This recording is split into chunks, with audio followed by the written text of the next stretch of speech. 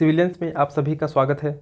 ये GPSC mains paper 5 की class हो रही है, जिसमें हम लोग झारखंड के इकोनॉमिक्स को शुरू किए हैं, जो कि हम लोग का इकोनॉमिक्स के सेक्शन में सेक्शन डी पड़ता है और ये हम लोग का पार्ट 4 होने वाला है। आज के क्लास में भी हम लोग टॉपिक वाइज चीज़ों को कवर करेंगे जो सिलेबस में मेंशन है। तो सबसे पहला आता है आदिवासी भूमि का हस्तांतरण।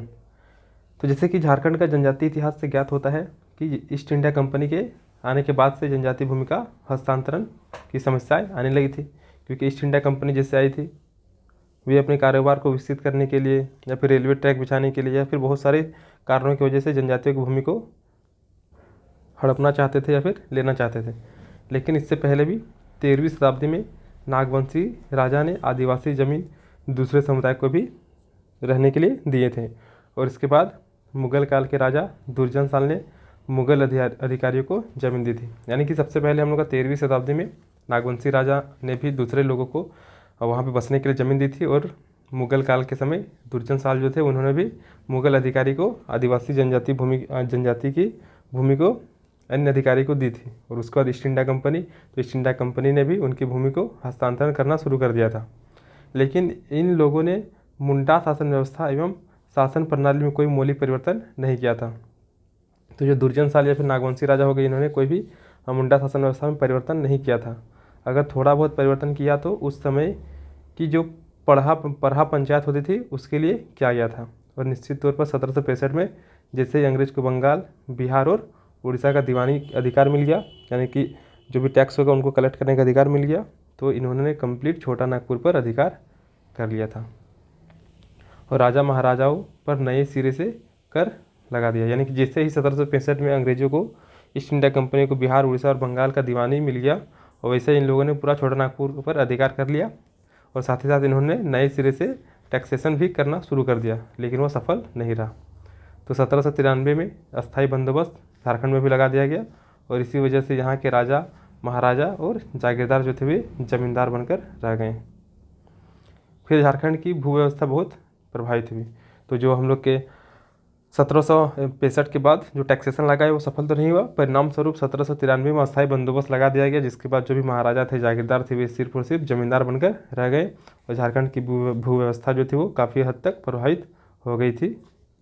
अभी इसकी वजह से क्या क्या परिवर्तन हुए। तो सबसे पहला कि जो अब जल जंगल जो सामूहिक संपत्ति थी वो सार्वजनिक संपत्ति हो गई। यानी कि पहले जो जल जंगल था वो किसी एक समूह का होता था, जो कि ईस्ट इंडिया कंपनी के आने के बाद सार्वजनिक संपत्ति हो गया।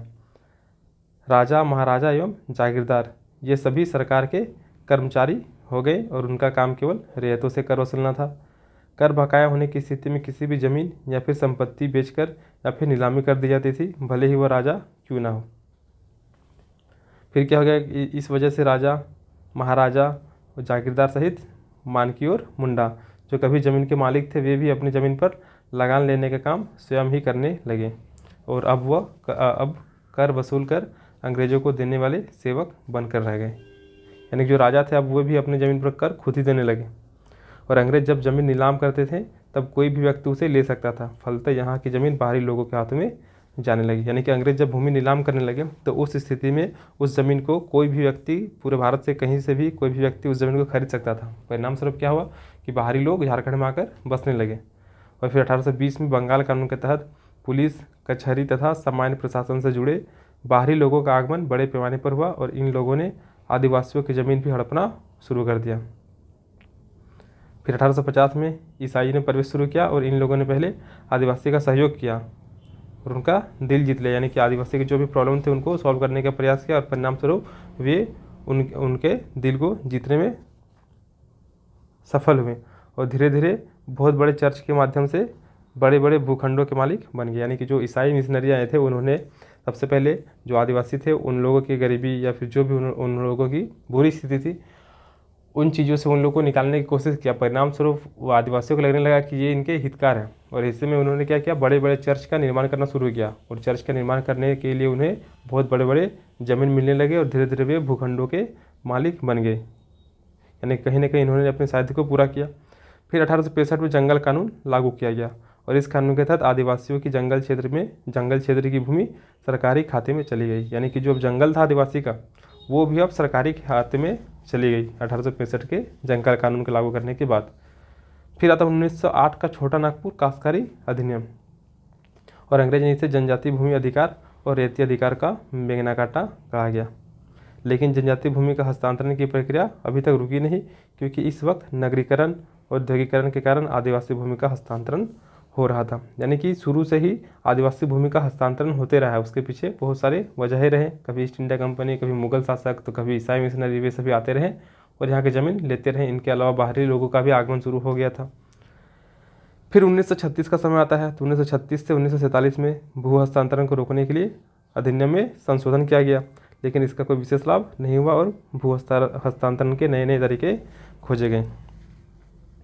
फिर 1950 के समय में देश की आज़ादी के बाद भूमि सुधार कानून लाया गया और निजी संरक्षित वन कानून 1949 को जनजातीय क्षेत्र में लागू हुआ, जिससे पूरे राज्य सरकार के अधीन आ गया। यानी कि जो भी जनजातीय क्षेत्र थे वे सब जो हो गए, वे 1949 में निजी संरक्षित वन कानून लागू करने के बाद कंप्लीट राज्य सरकार के अधीन आ गए और राज्य के वन जंगल विभाग के अधीन आ गए, और जो वन था वो जंगल विभाग के अधीन आ गए। जनजातीय जनसंख्या इन्हीं जंगली क्षेत्रों में निवास करती थी। इनके आवास, जमीन और जंगल के उत्पाद इत्यादि सभी अधिकार छीन लिए गए। यानी जैसे ही 1949 में निजी संरक्षित वन कानून और भूमि सुधार कानून लागू हुआ, उसके परिणाम स्वरूप जितना भी जंगल था वो सारा राज्य सरकार के अधीन आ गया, और परिणाम स्वरूप जो जंगल में निवास करने वाले व्यक्ति रहते थे उनके आवास, जमीन, जंगल, ये सभी अधिकार छीन लिए गए। फिर जंगल में शिकार करना, खाली भूमि या फिर जंगली भूमि में खेत बनाने सभी प्रतिबंधित हो गया और उनका स्वामित्व छीन लिया गया। यानी कि पहले क्या था कि जो आदिवासी रहते थे जंगल में, वो खेती करते थे, शिकार करते थे, तो वो सारे अधिकार छीन लिए गए, क्योंकि सब राज्य सरकार के अधीन हो गया। सुझाव क्या है यहाँ पे? तो अब तक जो भी भू हस्तांतरण रोकने का प्रयास हुए वे ज़्यादातर असफल हुए, क्योंकि उनको प्रभावशाली ढंग से लागू नहीं किया गया, और भूमि हस्तांतरण संबंधी हजारों मामले लंबित है और इन मुकदमों का प्रखंड या फिर गांव स्तर पर धीरे धीरे सुलझाना होगा और ज़मीन पर व्यवहारिक कब्जा भी दिलाना होगा। तो ये जो था हम लोग का यहाँ तक का टॉपिक, ये हो गया कि आदिवासी भूमि के हस्तांतरण किस प्रकार से शुरू से होता गया। तो वो ये जो सिलेबस में ये टॉपिक मेंशन है, ये टॉपिक हम लोग का पूरी कंप्लीट हो जाता है। अब अगला टॉपिक है झारखंड में आदिवासियों का विस्थापन। तो जैसे औद्योगिकरण शुरू होने लगा या फिर बहुत सारे वजह से मैक्सिमम आदिवासी की ज़मीन का ही हस्तांतरण किया जाता है, जिसकी वजह से वहाँ के लोगों को विस्थापन का समस्या झेलना पड़ता है। तो झारखंड की जनजाति में विस्थापन की समस्या एक प्रमुख समस्या रही है, विशेषकर शहरी क्षेत्रों में आवासीय और गैर कृषि क्रियाकलापों के कारण विस्थापन हुआ है। यानी गैर कृषि संबंधित क्रियाकलाप आदिवासी क्षेत्र में संचालन किए जाने लगे, परिणाम स्वरूप उन लोगों की ज़मीन को लिया गया और उन्हें विस्थापन की समस्या का सामना करना पड़ा। जैसे कि विकास कार्य हो गया बहुत सारे, जैसे कि बांधों का निर्माण हो गया, उद्योगों का निर्माण हो गया, जल विद्युत शक्ति का विकास, तो इन वजहों से विस्थापन बढ़ा है। इनके अलावा खनिजों का उत्खनन भी व्यापक मात्रा में होने लगा और इन सभी वजह से लाखों लोग विस्थापित हुए हैं। यानी कि बहुत सारे उद्योग का स्थापना होने लगा, बहुत सारे बांध का निर्माण होने लगा, खनिज व्यापक मात्रा में निकाले जाने लगे, जिसके परिणाम स्वरूप वहाँ से लोगों को काफ़ी अधिक मात्रा में विस्थापित किया जाने लगा। और झारखंड में अब तक लगभग 65.5 लाख विस्थापित हो चुके हैं और इनमें से सिर्फ और सिर्फ 1/4 लोगों को ही 1/4 जनजातीय जनसंख्या है। यानी कि 65 लाख का 1/4 सिर्फ और सिर्फ जनजातीय जनसंख्या है। और झारखंड में खनिजों के उत्खनन से लगभग 30 लाख, उद्योग की स्थापना से 12.5 लाख और बड़ी सिंचाई परियोजना से 16.40 लाख और वन्य जीव संरक्षण एवं अभ्यारण्य से 11 लाख लोग विस्थापित हो चुके हैं। यानी कि यहाँ के लोगों के विस्थापन के पीछे का मुख्य वजह क्या है? तो खनिज का उत्खनन, जिससे लगभग 30 लाख लोग विस्थापित हो चुके हैं। और खनिज को निकालने के लिए बहुत सारे उद्योग का स्थापना किया गया होगा, उसके लिए लगभग 5.5 लाख लोग विस्थापित हुए हैं। बहुत सारे सिंचाई परियोजना बनाए गए हैं, जिससे कि लगभग 16.5 लाख लोग विस्थापित हुए हैं। और इसके अलावा वन्य जीव संरक्षण और अभ्यारण्य की वजह से 11 लाख लोग विस्थापित हुए हैं। तो ये हो गया हम लोग का विस्थापन होने के पीछे का मुख्य वजह और किस क्षेत्र में कितने लोग विस्थापित हुए हैं। तो अब देखते हैं कि यदि अब तक की विकास परियोजना के द्वारा प्रभावित विस्थापन देखा जाए तो एक आश्चर्यजनक आंकड़ा नजर आता है। जैसे कि टिस्को कंपनी जब स्थापित हुआ तो उसमें से 4 से 7 गांव और 4000 आदिवासी परिवार का विस्थापन हुआ था। जब HEC रांची में स्थापित हुआ तो इसमें 25 गांव और लगभग 12,990 आदिवासी परिवार विस्थापित हुए थे। फिर बीएसएल जब स्थापित हुआ तो 46 गांव स्थापित हुए और लगभग परिवार देखा जाए तो 12,847 आदिवासी परिवार। फिर स्वर्णरेखा नदी परियोजना में 166 गांव और 37,55 व्यक्ति यहाँ पर विस्थापित हुए थे। फिर हो जाएगा तेनूघाट परियोजना, तो इसमें लगभग 30 गांव को असर हुआ था और 20,000 परिवार इसमें विस्थापित हुए थे। फिर मैथन जल विद्युत परियोजना, इसमें लगभग 1650 परिवार विस्थापित हुए थे। तो ये हो गया डाटा कि जब जब हम लोग का झारखंड में कुछ हुआ है, कोई भी कंपनी स्थापित हुआ है या फिर कोई परियोजना हुआ है, तो बहुत सारे लोगों को विस्थापन का सामना करना पड़ा है। इसके अलावा भी झारखंड में अभी भी 3 परियोजना लंबित है, जैसे कि कोयल कारो परियोजना, फील्ड फायरिंग रेंज जो कि नेतरहाट में है, और ईचा डैम। और अनुमान किया जाता है कि इन तीनों परियोजना से लगभग 2 से 3.5 लाख लोग विस्थापित होंगे। और ये आंकड़ा स्पष्ट करता है कि विस्थापन झारखंड में कितने बड़े पैमाने पर हो रहा है। और विकास और आधुनिकता के नाम पर या फिर औद्योगिकरण और विद्युतीकरण के कारण अलग अलग समय में अधिग्रहण होते रहा है। यानी कि झारखंड में कभी हर टाइम औद्योगिकरण का नाम ले लो या फिर विकास के नाम पर, आधुनिकता के नाम पर, विद्युतीकरण के नाम पर या फिर शहरीकरण के नाम पर अलग अलग समय पे भूमि अधिग्रहण होता रहा है।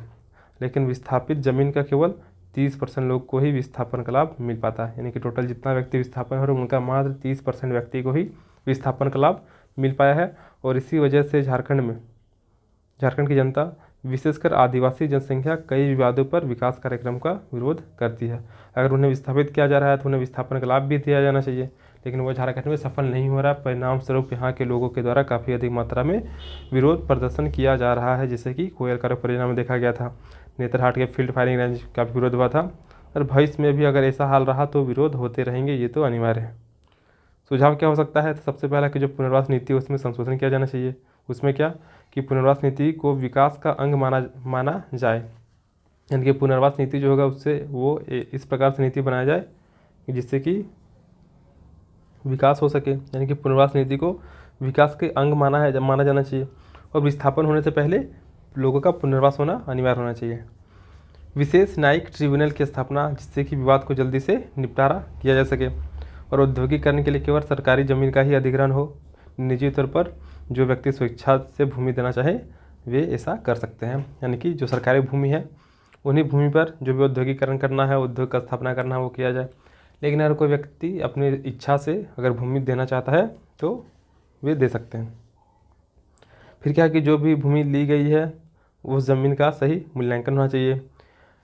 पुनर्वास क्षेत्र में सभी प्रकार की आधारभूत सुविधाएं होनी चाहिए। ऐसा नहीं कि विस्थापन हुआ लोगों को तो पुनर्वास नीति के तहत लाभ मिला, लेकिन वहाँ पर जो भी आधारभूत सुविधाएं जैसे जल हो गया, बिजली हो गया, सड़क हो गया, ये सब प्रदान नहीं किया गया है, तो वैसा नहीं होना चाहिए। सारी सुविधाएं उपलब्ध होनी चाहिए।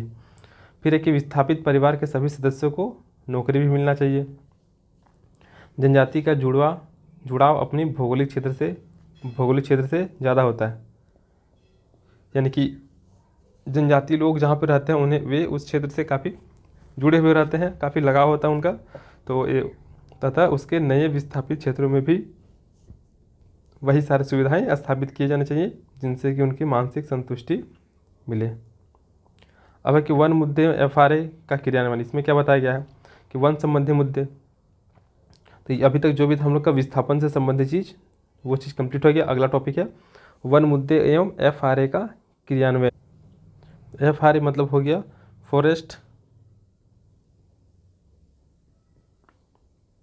Rights act.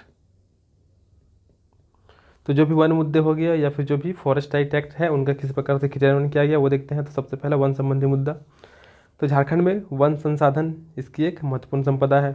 और वन न केवल आदिवासियों को ही आश्रय देता है बल्कि ये जनजातियों की सामाजिक, आर्थिक एवं सांस्कृतिक जीवन की कुंजी है। जो झारखंड के हैं वे इस बात को भली भांति समझते होंगे। और जनजातीय जनसंख्या जंगल पर आजीविका के लिए निर्भर रहते हैं। हालांकि पिछले कुछ वर्षों में खनन और औद्योगिक क्षेत्र में प्रगति हुई है। और वर्तमान में झारखंड में वन, यहाँ पे करंट डाटा को लिख लीजिएगा देख के, जो कि टोटल हम लोग का परसेंटेज में आता है 29.76%, जो राज्य के कुल भौगोलिक क्षेत्रफल का 29.76% है। और राज्य में कई प्रकार के वन पाए जाते हैं, जैसे कि शुष्क प्रायद्वीप साल वन, उत्तरी शुष्क मिश्रित पर्णपाती वन, नमी वाले प्रायद्वीप साल वन और शुष्क पर्णपाती झाड़ियाँ। इसके अलावा शुष्क बांस वाली लट्ठी। तो ये सारे हो गए झारखंड के वन के प्रकार। अब आता IFSR के 2015 की रिपोर्ट के अनुसार शुष्क प्रायद्वीप साल वन जो थे वे 45%, गैर शुष्क मिश्रित पर्णपाती वन 41%, यानी कि राज्य के अधिकांश भाग में यही दो वन पाए जाते हैं, एक शुष्क प्रायद्वीप साल वन और दूसरा शुष्क मिश्रित पर्णपाती वन। इसके अंतर्गत बहुत सर्वोत्कृष्ट किस्म की इमारती लकड़ियाँ पाई जाती हैं और राज्य वन विभाग के वनों को बनाए रखने के लिए प्रबंधन, वन उत्पाद और वन्य जीव के रखरखाव की जिम्मेदारी दी गई है, यानी कि ये सबके रखरखाव की जिम्मेदारी राज्य के वन विभाग को दिया गया है। झारखंड में 2005 के बाद से वनावरण और वृक्षारोपण को बनाए रखा है और इसमें कुल भौगोलिक क्षेत्र में प्रतिशत में वृद्धि भी काफ़ी अधिक हुई है, जैसे कि 2005 में 32.20 से बढ़कर 2015 में ये 32.94 हो गया था। लेकिन यदि भारत में वन का योगदान के प्रतिशत को देखा जाए तो 2003 में 6.29% से घटकर वर्तमान में 3.49% ही हो गया है। और IFSR के अनुसार 2015 में झारखंड में वन का एक बड़ा हिस्सा रिकॉर्ड नहीं किया गया था, यानी कि ऐसे वन हैं जो आरक्षित और संरक्षित वन के अंतर्गत नहीं आते हैं। और झारखंड में देखा जाए तो 3 मुख्य वन क्षेत्र हैं, जैसे कि पलामू हो गया, पूर्वी सिंहभूम हो गया और पश्चिमी सिंहभूम। ये तीनों हो गए प्रमुख मुख्य वन वाले क्षेत्र हो गए। और इनमें यदि रांची, हजारीबाग को शामिल कर लिया जाए तो राज्य के कुल वन का लगभग वन क्षेत्र जो होगा वो लगभग 46% कवर करता है। यानी कि पलामू, पूर्वी सिंहभूम, पश्चिम सिंहभूम के साथ साथ रांची और हजारीबाग को भी शामिल किया जाए तो लगभग 46% भूभाग जो है वो हम लोग का वन से घिरा हुआ है। तो यहाँ पे जो हम लोग का वन मुद्दा था वो कंप्लीट हो गया। और FRA का क्रियान्वयन इसको हम लोग कभी अलग वीडियो में ले आएंगे, FRA का क्रियान्वयन किस प्रकार से हुआ है। अब आगे आता है सिलेबस के अकॉर्डिंग प्रदूषण। प्रदूषण क्या हो गया? तो वायु, जल या भूमि अर्थात पर्यावरण के भौतिक, रासायनिक या फिर जैविक गुणों में होने वाले अनचाहे परिवर्तन जो मनुष्य एवं अन्य जीवधारियों या फिर उनके जीवन परिस्थितियों तथा औद्योगिक प्रक्रियाओं एवं सांस्कृतिक उपलब्धियों के लिए हानिकारक हो, वही क्या कहलाते हैं? प्रदूषण कहलाते हैं। तो प्रदूषण मुख्य क्या हो गया? तो वायु हो गया, जल हो गया या फिर भूमि हो गया या फिर पर्यावरण का जो भी भौतिक, रासायनिक या फिर जैविक गुण है उनमें अनचाहा परिवर्तन हो रहा है, जिसके परिणाम स्वरूप यहाँ के रहने वाले जीवधारी या फिर मनुष्य हो गए या फिर उनके जो सांस्कृतिक उपलब्धि है उन पर हानिकारक रूप से प्रभावित होते हैं। तो वही क्या कहलाता है? प्रदूषण कहलाता है। अब प्रदूषण के प्रकार क्या है? तो सबसे पहला आता है वायु प्रदूषण। तो वायु प्रदूषण क्या है कि जब मानवीय या फिर प्राकृतिक कारक से वायुमंडल में विद्यमान गैसों की निश्चित मात्रा में तथा अनुपात में अवांछनीय परिवर्तन हो जाता है तो उसे वायु प्रदूषण की संज्ञा दी जाती है। इसका स्रोत क्या हो जाएगा? कारण क्या हो जाएगा? तो मुख्य स्रोत हो जाएगा कि जीवाश्म ईंधन, जैसे कि कोयला का उपयोग करते हैं काफ़ी अधिक, पेट्रोल का पूर्ण दहन हो गया जिससे कार्बन डाइऑक्साइड तथा कार्बन मोनोऑक्साइड का उत्सर्जन होता है, परिणाम स्वरूप वायु प्रदूषित हो जाती है।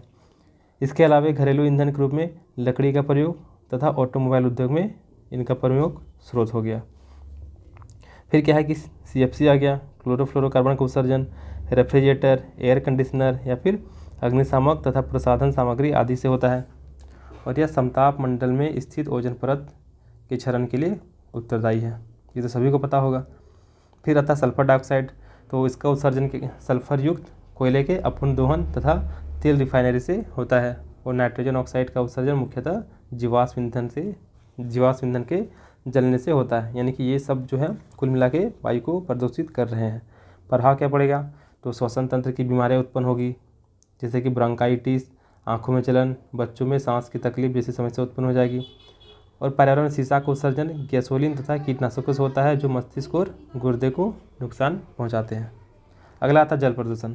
तो जल प्रदूषण क्या हो गया? तो वही कि जल में किसी प्रकार का अवांछनीय गैस, द्रव्य या फिर ठोस पदार्थ को मिलाना ही क्या कहलाता है? जल प्रदूषण कहलाता है।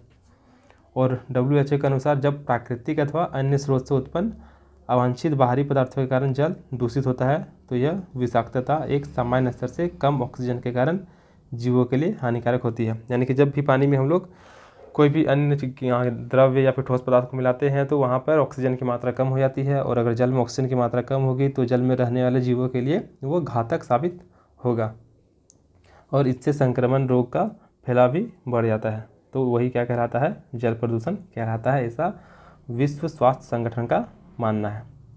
प्राकृतिक कारक क्या होगा जल प्रदूषण के? तो इसमें कुछ ही होंगे, जैसे कि ज्वालामुखी का राख हो गया या फिर धूलकण हो गया, फिर अक्षय पदार्थ, ये सब हो जाएंगे।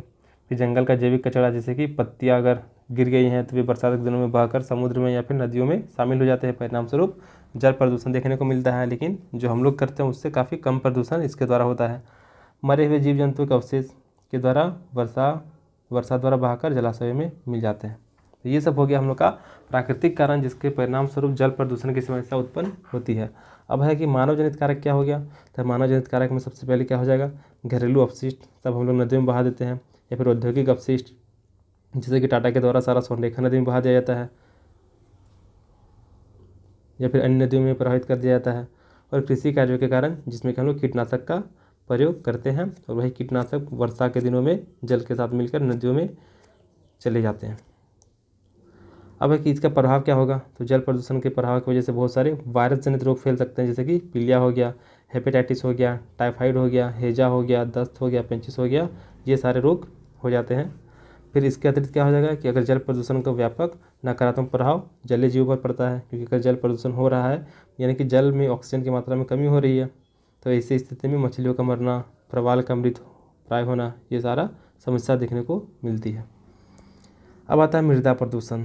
तो मृदा प्रदूषण क्या होगा, तो इसमें मानव और प्रकृति के द्वारा मृदा की गुणवत्ता में ह्रास होता है, जिसको हम क्या बोलते हैं, मृदा प्रदूषण कहते हैं। और मृदा प्रदूषण मनुष्य के विभिन्न क्रियाओं जैसे कि अपशिष्टों का जमाव, कृषि रसायन का उपयोग, खनन ऑपरेशन तथा नगरीकरण का नतीजा है। मृदा प्रदूषण का प्रभाव क्या हो जाएगा, तो सबसे पहले कि इनका मौलिक गुण का तो ह्रास होगा ही होगा। जो फसल होंगे, पौधा होंगे, बड़े जीव जंतु पर भी नकारात्मक प्रभाव देखा जाएगा।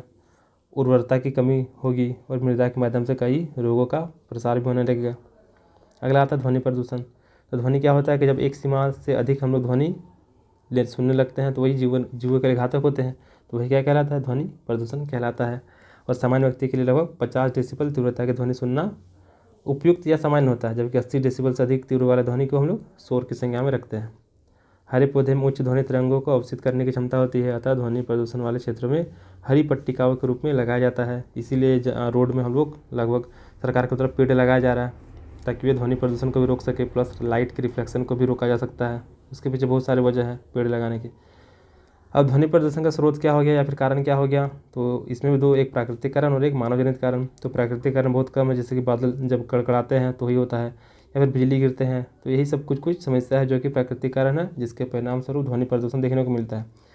जैसे कि मानव जनित कारक बहुत सारे हो जाएंगे, जैसे कि वाहन में जो हॉर्न होता है, लाउड स्पीकर अभी शादी में हो गया, या फिर कोई पूजा में बहुत भयंकर तरीके से बजाया जाता है, परिणाम स्वरूप मारपीट भी देखने को मिलता है। तो ये सारा चीज़ हो जाएंगे, मानवीय कारण हो जाएंगे। प्रभाव क्या हो जाएगा, तो सुनने की क्षमता हम लोग खो सकते हैं, और ब्लड प्रेशर हम लोग का बढ़ सकता है। चिड़चिड़ापन, आजकल मोबाइल के अत्यधिक यूज की वजह से जो भी बच्चे हैं उनमें काफ़ी चिड़चिड़ापन का प्रभाव देखा जा रहा है। अनिंद्रा, मोबाइल यूज करने के बाद 1-2 घंटा 3 घंटा तक नींद नहीं आता है, हर बात पे चिड़चिड़ा हो जाते हैं हम लोग, आक्रामक व्यवहार करने लगते हैं, और इनके अलावा भी बहुत सारे मनोवैज्ञानिक दोष पैदा हो जाते हैं। अगला आता ई कचरा प्रदूषण। तो ये वर्तमान में सबसे भयंकर समस्या बन गया है पर्यावरण के लिए, जिसका संबंध नवीन प्रौद्योगिकी से है।